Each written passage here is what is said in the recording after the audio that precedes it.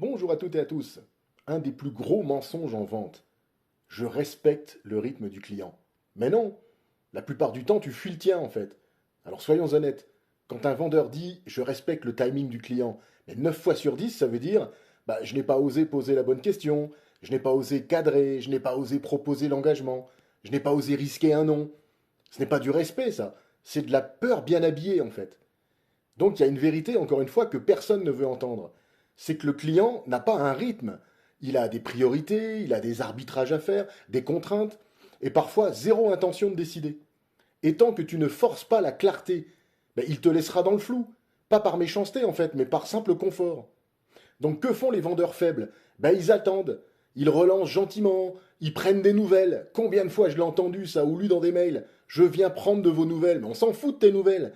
Et ils respectent indéfiniment. Résultat, des cycles interminables, des espoirs permanents, des phrases dans le style non mais pour les ventes, j'ai des affaires sous le coude. On a tellement d'affaires sous le coude que pour certains on frôle la tendinite scapulaire. Zéro décision, une énergie qui est siphonnée parce que finalement ça lasse tout le monde cette histoire. Mais au moins, les commerciaux, dans ce cas, ont été respectueux. Super, mais ça aussi, là, le respect, ça va pas te faire manger tout le temps. Donc que font les vendeurs solides? Eux, au contraire, ils vont dire, écoutez, par exemple, à quel moment vous décidez concrètement? Qu'est-ce qui pourrait vous faire décider, d'ailleurs? Qu'est-ce qui doit être validé pour qu'on puisse avancer ensemble? Ou alors, si ce n'est pas une priorité, disons-le maintenant, gagnons du temps, vous et moi. Ou alors, est-ce que ça vaut vraiment le coup qu'on continue?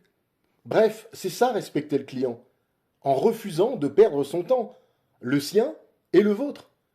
Donc respecter un rythme flou, c'est accepter de ne jamais vendre en fait.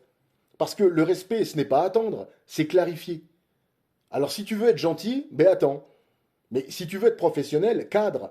Parce que les clients respectent ceux qui les aident à décider, pas ceux qui patientent en silence. Bonne journée, à très bientôt, partage, abonne-toi. Au revoir.